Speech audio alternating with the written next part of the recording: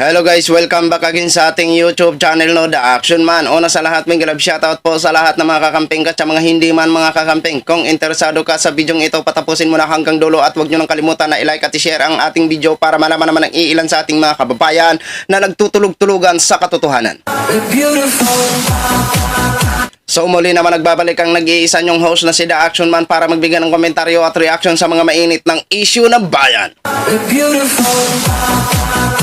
So ito ho mga ka-action, mga kakamping, no, may gusto lang ho ako na i-share sa inyo about sa isang testigo ni Senadora Risa Hintuberos laban dito kay Pastor Apollo Kibuloy po. Isa po itong biktima na alias Amanda po ang tawag dito ho mga ka-action. So dito ho natin malalaman kung paano o ano ang mga paraan ni Kibuloy bago niya abusuhin ang kanyang miyembro. Ang kanyang miyembro mga ka-action. Ito po ay salaysay ng isang alias Amanda na tinatawag nila mga ka-action. So ito lang po nakita kong 3 minutes video na pwede nating i-share sa inyo kasi ang iba, grabe tag isang oras mahigit ho mga ka-action. So dito natin malalaman kung papaano amuhin ni Kibuloy bago niya isagawa yung mga kung ano-ano pang susunod niya na gagawin mga ka-action. Ito po.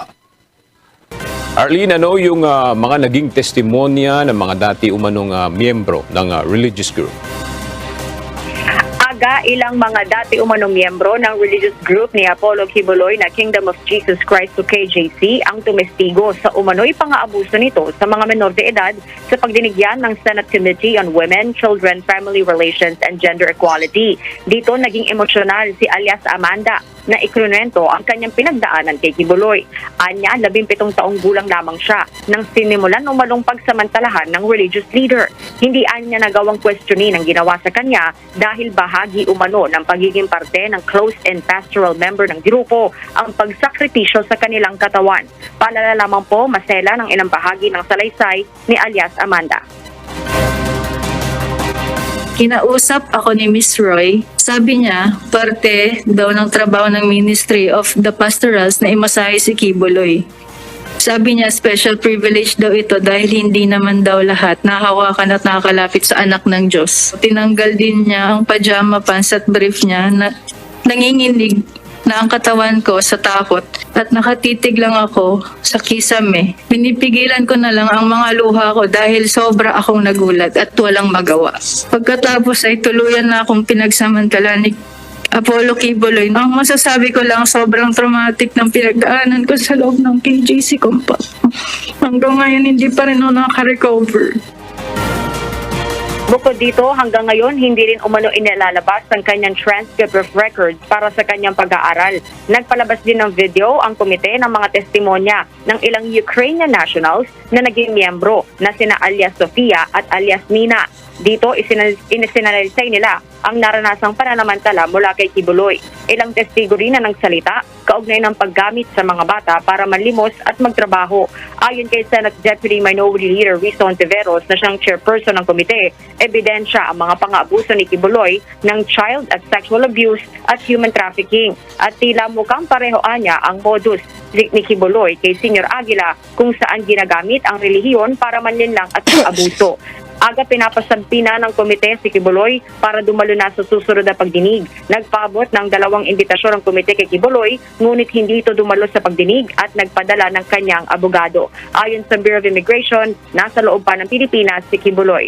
Aga sa ngayon nagpapatuloy pa ang pagdinig ng Senate Committee on Women, Children at Family Relations and Gender Equality kaugnay ng issue. At yan mo ng update, balik sa'yo Aga.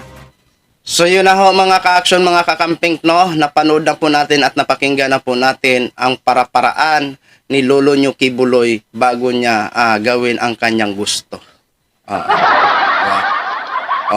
Makikita natin at nadidinig ho natin na naiiyak na po na si alias Amanda habang nagsasalita siya. At hanggang ngayon, ang masakit pa ay hindi pa siya nakaka-recover sa pangyayari.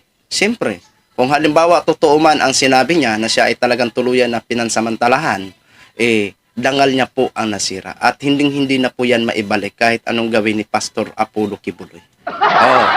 Diba? Kasi sarili niya po yun. Sarili niya po ang nasira. Dignidad niya po ang nasira.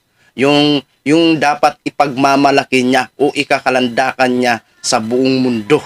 Pero anong nangyari? kung totoo si Kibuloy lang ang sumira ng kanyang buhay. Kaya marapat lamang na harapin po ito ni Pastor Apollo Kibuloy sa Senado. At kung hindi naman siya magharap, susundan ho natin o papakinggan ho natin ang susunod na hakbang nito. Baka mamaya umabot na po talaga ito ng korte. At doon sa korte siguro, hindi na siguro siya pwedeng mag-accept mga ka-action, mag-escape ba? No? Parang klase, mag-i-skip ka ha.